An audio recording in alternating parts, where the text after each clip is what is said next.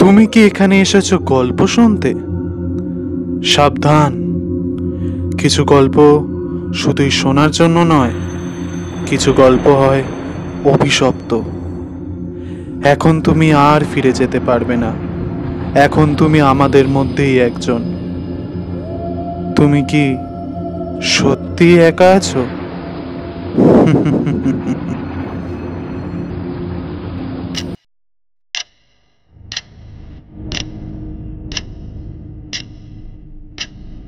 সমৃদ্ধির সপ্তর্ষি নিবেদিত, যেখানে গল্পেরা বেঁচে থাকে এবং কখনো কখনো গল্পের চরিত্রেরা বাস্তব হয়ে ওঠে। সমৃদ্ধির সপ্তর্ষি চ্যানেলে সবাইকে স্বাগতম। আজকে একটি ভৌতিক উপস্থাপনা নিয়ে হাজির থাকছি। উপস্থাপনার নাম তান্ত্রিকের অভিশাপ। পরিচালনায় সমৃদ্ধি সপ্তর্ষি টিম। সমৃদ্ধি সপ্তর্ষি একটি ভিন্ন ভিন্ন স্বাদের এবং ভিন্ন ভিন্ন গল্পে নিয়ে হাজির থাকছে। গল্পটির এডিটিং এবং সাউন্ড ও পোস্টার ডিজাইনে আছি আমি সৌরভ। গল্পের বিভিন্ন চরিত্রে আছেন গৌরব, শুভ, অনিন্দ, দেব, পারমিতা, আশিস এবং আমি সৌরভ। প্রত্যেক সপ্তাহে মঙ্গলবার আর শুক্রবার আমাদের চ্যানেলে গল্প আসবে, তাই চ্যানেলটি সাবস্ক্রাইব করে সঙ্গে বেল আইকনটি প্রেস করতে ভুলবেন না। আর ভিডিওটি লাইক করে দিও, কারণ তোমাদের লাইক খুব জরুরি। তোমরাও চাইলে আমাদের সাথে যুক্ত হতে পারো এবং তোমাদের কোনো ঘটনা বা গল্প আমাদের সরাসরি আমাদের মেল আইডিতে মেল করে পাঠিয়ে দিতে পারো। আমাদের মেল আইডি ডেসক্রিপশন বক্সে দেওয়া থাকবে। তার আগে একটা কথা বলে দিই, এই গল্পের আবহ সঙ্গীত একটি ওয়েবসাইট থেকে নেওয়া হয়েছে, যেখানে পুরোটাই কপিরাইট ফ্রি বলা হয়েছে, তাই কোনোভাবে কপিরাইট ক্লেম করার কোনো কারোর অধিকার নেই এবং কোনো ভিডিওটিকে কপিরাইট স্ট্রাইক করার কোনো অধিকার নেই। শুরু হচ্ছে আজকের একটি ভৌতিক উপস্থাপনা, তান্ত্রিকের অভিশাপ।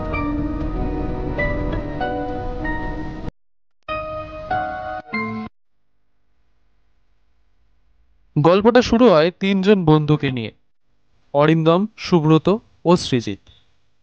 সৃজিত রায় ছিলেন একজন সফল রিয়েল এস্টেট ব্যবসায়ী। নতুন এক জমি কেনার জন্য তিনি তার বন্ধু অরিন্দম এবং সুব্রতকে নিয়ে উত্তরবঙ্গের এক প্রত্যন্ত গ্রামে গেলেন। গ্রামটা জনমানব শূন্য লাগছিল। স্থানীয়দের জিজ্ঞেস করতেই তারা সতর্ক করল। সেখানে এক বৃদ্ধ বলে উঠলেন, ওই জমির উপর অভিশাপ আছে বাবু। ওখানে কোনো ঘর তুললে মানুষ বেঁচে থাকতে পারবে না। সৃজিত এসব বিশ্বাস করতেন না। তিনি গ্রামবাসীদের ভয়কে কুসংস্কার বলে উড়িয়ে দিলেন। কিন্তু তারা যা বলল সেটাই আসল রহস্যের সূত্রপাত করল। এই জমিতে একসময় ভয়ঙ্কর এক তান্ত্রিকের আশ্রম ছিল। তার কালো জাদুতে, শক্তিতে বহু লোক মারা গিয়েছিল।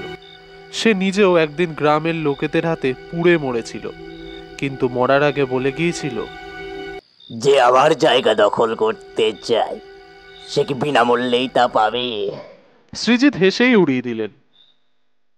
কিন্তু সে রাতেই ঘটল প্রথম অস্বাভাবিক ঘটনা। সন্ধ্যায় তাঁবু খাটিয়ে সৃজিত, অরিন্দম আর সুব্রত জমিতেই রয়ে গেলেন। কিন্তু রাত বাড়তেই চারপাশের পরিবেশ অস্বাভাবিক হয়ে উঠল। বাতাসের মধ্যে একটা গন্ধ, যেন যেন কিছু পচে যাচ্ছে। রাত ঠিক 12টা। অরিন্দম হঠাৎ ঘুম থেকে উঠে দেখলেন সৃজিত তাঁবুর বাইরের দিকে হেঁটে যাচ্ছে। তুমি কোথায় যাচ্ছ? সৃজিত থামল না, শুধু ফিসফিস করে বলল, তান্ত্রিক ডাকছে। অরিন্দম আর সুব্রত দৌড়ে গেল, কিন্তু সৃজিত যেন সম্মোহিত হয়ে একটা পুরনো পোড়া মন্দিরের দিকে এগিয়ে যাচ্ছে। অভিশপ্ত মন্দির। মন্দিরের ধ্বংসস্তূপে একটা পোড়া সিংহাসন ছিল, তার উপর একটা ছাই জমা কাঠামো। শ্রীজিৎ সোজা সেখানে গিয়ে দাঁড়ালেন। তার চোখ দুটো লালচে হয়ে উঠল, শরীর শক্ত হয়ে গেল, আর মুখ দিয়ে বেরোলো এক ফিসফিসে কণ্ঠ। আমাকে মুক্ত করো। ঠিক তখনই অন্ধকার থেকে এক ভয়ানক ছায়া উঠে এলো। চলে যাও, চলে যাও তোমরা এখান থেকে, নয়তো তোমাদেরও এখানে থাকতে হবে। একটি তান্ত্রিকের ক্ষমতা। সুব্রত তখন সাহস করে শ্রীজিৎকে ধরে ফিরিয়ে আনতে চাইলেন, কিন্তু অদৃশ্য একটা শক্তি তাকে আছাড় মারল। মন্দিরের ভেতর থেকে শোনা গেল একটি ভয়ঙ্কর হাসি।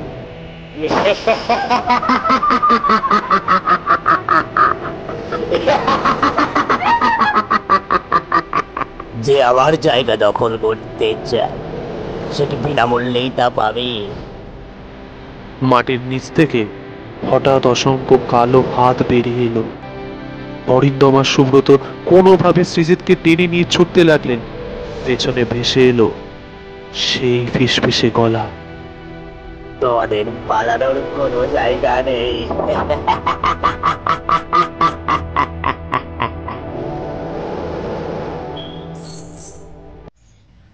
সেই রাতের পর অরিন্দম, সুব্রত, শ্রীজিৎ শহরে ফিরে এলো। কিন্তু আশ্চর্যের ব্যাপার হলো, শহরে ফিরে এসে শ্রীজিৎ পুরো বদলে গেল। তার মধ্যে আত্মার খেলা শুরু হলো। তিনি কথা কম বলতে লাগলেন, মাঝরাতে জেগে থাকতেন, এমনকি আয়নার সামনে দাঁড়িয়ে ফিসফিস করে কিছু বলতো। একদিন তাকে সুব্রত জিজ্ঞেস করলো, সৃজিত, তুই ঠিক আছিস? শ্রীজিৎ ধীরে ধীরে তাকালো। তার চোখের রং অদ্ভুতভাবে বদলে গেছে, গলার স্বর গম্ভীর হয়ে গেছে। সে বলল, আমি তো ঠিকই আছি, তবে সৃজিত নেই। সেই রাতেই শ্রীজিৎ নিখোঁজ হলেন। অভিশাপ, এক ভয়ঙ্কর অভিশাপ তান্ত্রিকের। অরিন্দম আর সুব্রত আবার সেই গ্রামে গেলেন শ্রীজিৎকে খুঁজতে। মন্দিরের ধ্বংসস্তূপের সামনে গিয়ে তারা দেখলেন সিংহাসনের ওপর কেউ একজন বসে আছে। গায়ে কালো আলখাল্লা, মুখ পুরো ঝলসানো, চোখের মধ্যে ভয়ানক এক অন্ধকার। আর সামনে দাঁড়িয়ে আছে শ্রীজিৎ, ঠায় চুপচাপ। তান্ত্রিক ধীরে ধীরে বলল,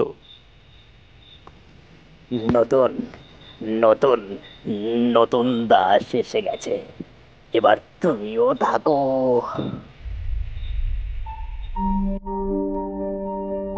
সেই রাতের পর থেকে অরিন্দম আর সুব্রতকেও কেউ খুঁজে পায়নি। আর গ্রামবাসীরা বলে, মাঝরাতে যদি কেউ সেই জমির দিকে তাকায়, তারা দেখতে পায় একটা পোড়া সিংহাসনে বসে আছে এক কালো ছায়া, আর তার পাশে দাঁড়িয়ে আছে তিনজন নিঃশব্দ মানুষ। তাদের মুখে কথা নেই, কিন্তু চোখের মধ্যে শুধু ভয়। সুব্রত আর অরিন্দম নিখোঁজ হওয়ার পর কেটে গেছে 6 মাস। শহরে ফিরে আসার পর সৃজিতের পরিবার পুলিশে অভিযোগ করেছিল, কিন্তু কোনো খোঁজ মেলেনি। তবে এই 6 মাসে শহরে অদ্ভুত কিছু ঘটনা ঘটতে শুরু করলো। মাঝরাতে লোকজন বলছিল রাস্তায় ছায়ার মতো কেউ হেঁটে বেড়ায়।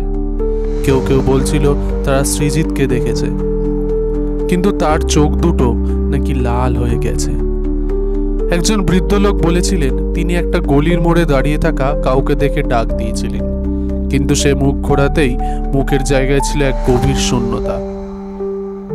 সৃজিতের পরিবার যখন আর কোনো উপায় না দেখে, তখন তারা এক তান্ত্রিকের সাহায্য নিল, পণ্ডিত শম্ভুনাথ। পণ্ডিত শম্ভুনাথ ছিলেন এক প্রবীণ সাধক, কালো জাদুর অভিশাপ কাটানোর জন্য বিখ্যাত।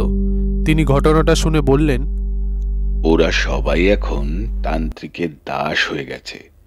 ওদের আত্মা আটকে আছে তার শক্তির ভেতর। ওদের ফিরিয়ে আনতে হলে সেই অভিশপ্ত জমিতে আবার যেতে হবে, আর তান্ত্রিকের আত্মাকে বন্দি করতে হবে। কিন্তু কাজটা মোটেই সহজ ছিল না। সৃজিতের ছোট ভাই ছিল ঋত্বিক, আর তার বন্ধু বিপ্লব আর পণ্ডিত শম্ভুনাথ তারা মিলে একটি দল গঠন করলো। তারা ঠিক করলো পূর্ণিমার রাতে সেই মন্দিরে যাবে, কারণ তখন কালো জাদুর শক্তি সবচেয়ে দুর্বল থাকে। রাত বেজে 11টা। তারা তিনজন সেই গ্রামে পৌঁছালো। পুরো এলাকা নীরব, যেন কোনো জীবন্ত প্রাণী নেই। মন্দিরের সামনে পৌঁছাতে একটি শীতল বাতাস বইতে শুরু করলো।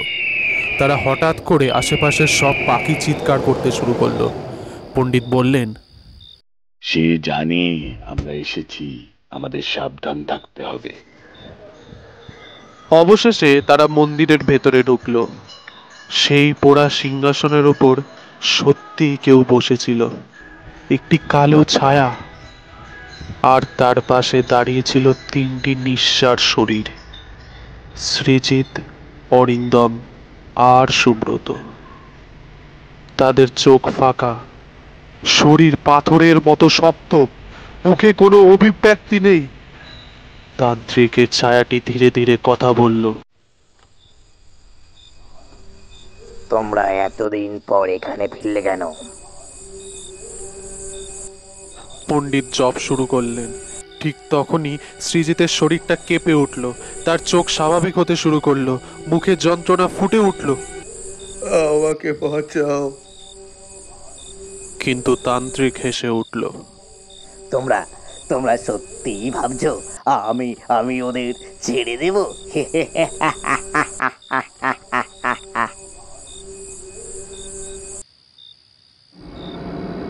সঙ্গে সঙ্গে পুরো মন্দির কাঁপতে লাগলো, চারপাশে কালো ধোঁয়া ছড়িয়ে পড়ল।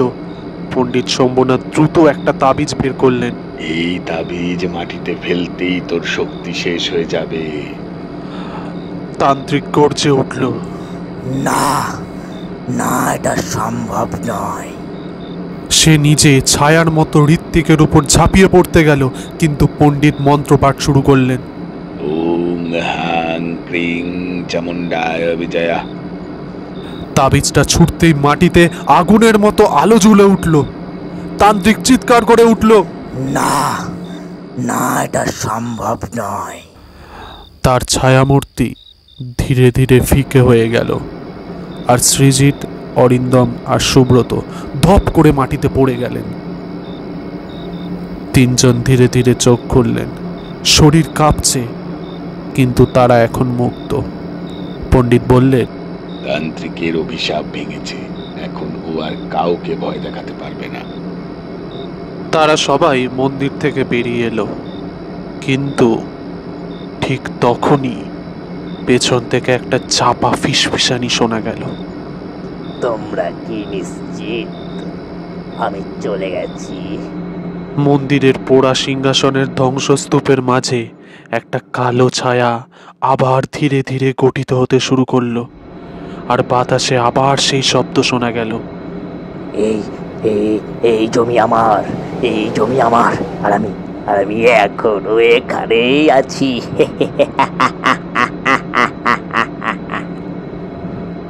সৃজিত, অরিন্দম, সুব্রত আর বাকিরা ভাবছিল সব শেষ হয়ে গেছে, কিন্তু ঠিক তখনই মন্দিরের পোড়া সিংহাসন থেকে আবার কালো ধোঁয়া উঠতে লাগলো। এটা এটা সম্ভব না, আমি নিজের চোখে দেখেছি ওর শক্তি নষ্ট হয়ে গেছে। পণ্ডিত শম্ভুনাথ বিস্মিত হয়ে বলে গেল, কিন্তু হঠাৎই তার গলায় কিছু একটা আঁকড়ে ধরল, একটা অদৃশ্য হাত। পণ্ডিত শ্বাস নিতে পারছিল না। ঋত্বিক ছুটে গিয়ে তাকে ছাড়ানোর চেষ্টা করলো, কিন্তু পণ্ডিতের শরীরটা ধীরে ধীরে শূন্যে ভাসতে লাগলো।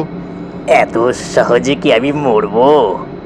আমি আমি তো শুধু আমার আমার শক্তি পুনরুদ্ধারের অপেক্ষায় ছিলাম। সিংহাসনের উপরে একটা বিকৃত আকৃতি দেখা গেল।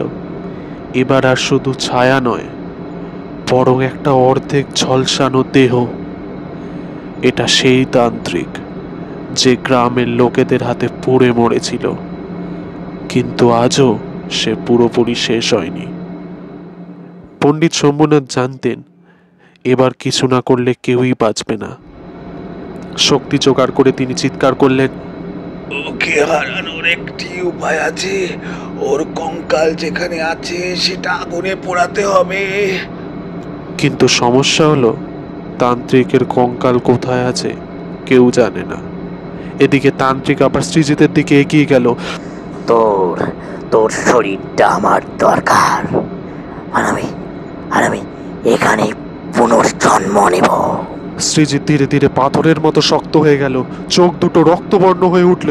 অরিন্দম আর সুব্রত ভয় পেয়ে গেল, কিন্তু ঋত্বিক কিছু একটা খেয়াল করলো। মন্দিরের একপাশে একটা বড় কালো পাথর দাঁড়িয়ে আছে, যার গায়ে পোড়া দাগ। এটাই হতে পারে তান্ত্রিকের সমাধি। তিনি দৌড়ে গিয়ে পাথরটা হাত দিয়ে চাপ দিলেন। তার সঙ্গে সঙ্গে মাটির নিচ থেকে বেরিয়ে হলো একটা শুকনো কঙ্কাল। তান্ত্রিক চিৎকার করে উঠল, না না, এটা সম্ভব নয়। পণ্ডিত শম্ভুনাথ বললেন, ওকে আরেকবার আগুনে পোড়াতে হবে। এই চিতায় আগুন দাও। কিন্তু চারপাশের বাতাস এতই ভারী হয়ে উঠল যে আগুন জ্বালানো অসম্ভব হয়ে গেল।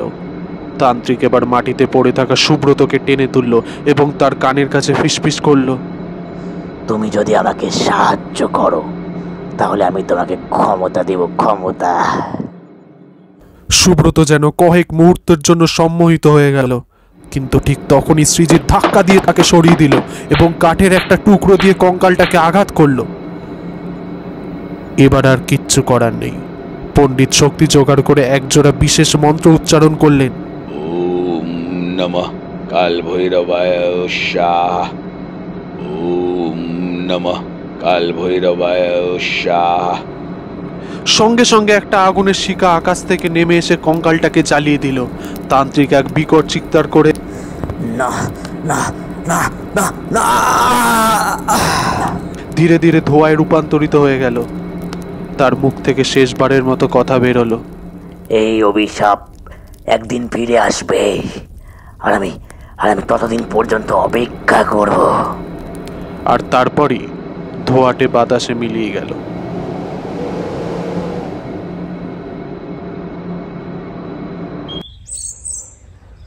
সকালের আলো ফুটতেই সবাই টের পেল চারপাশের পরিবেশ স্বাভাবিক হয়ে গেছে। সৃজিত, অরিন্দম, সুব্রত সবাই ধীরে ধীরে সুস্থ হয়ে উঠল। তারা সবাই গ্রাম ছাড়ার সিদ্ধান্ত নিল, কিন্তু বিদায় নেওয়ার সময় এক বৃদ্ধ এসে বললেন, তোমরা তান্ত্রিকের অভিশাপ থেকে মুক্তি পেয়েছ, কিন্তু ওর ভবিষ্যৎবাণী ভুলে যেও না। সুব্রত জিজ্ঞেস করল, কোন ভবিষ্যৎবাণী? বৃদ্ধ হাসলেন, কিন্তু সেই হাসির মধ্যে একটা গা শিউরে ওঠার মতো শীতলতা ছিল। তোমরা কি সত্যিই বিশ্বাস করো ওর শেষ হয়েছে? তারপর তিনি ধীরে ধীরে চলে গেলেন, কিন্তু বাতাসে তখনও সেই ফিসফাসানি শোনা যাচ্ছিল। আমি আমি আমি আবার ফিরে আসব, আমি আবার ফিরে আসব।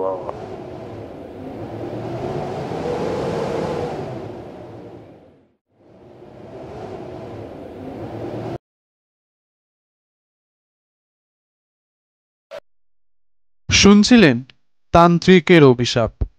পরের সপ্তাহে ঠিক মঙ্গলবার আরেকটি ভৌতিক উপস্থাপনা নিয়ে হাজির থাকবে সমৃদ্ধির সপ্তর্ষি। ততদিন সবাই ভালো থাকবেন, সুস্থ থাকবেন।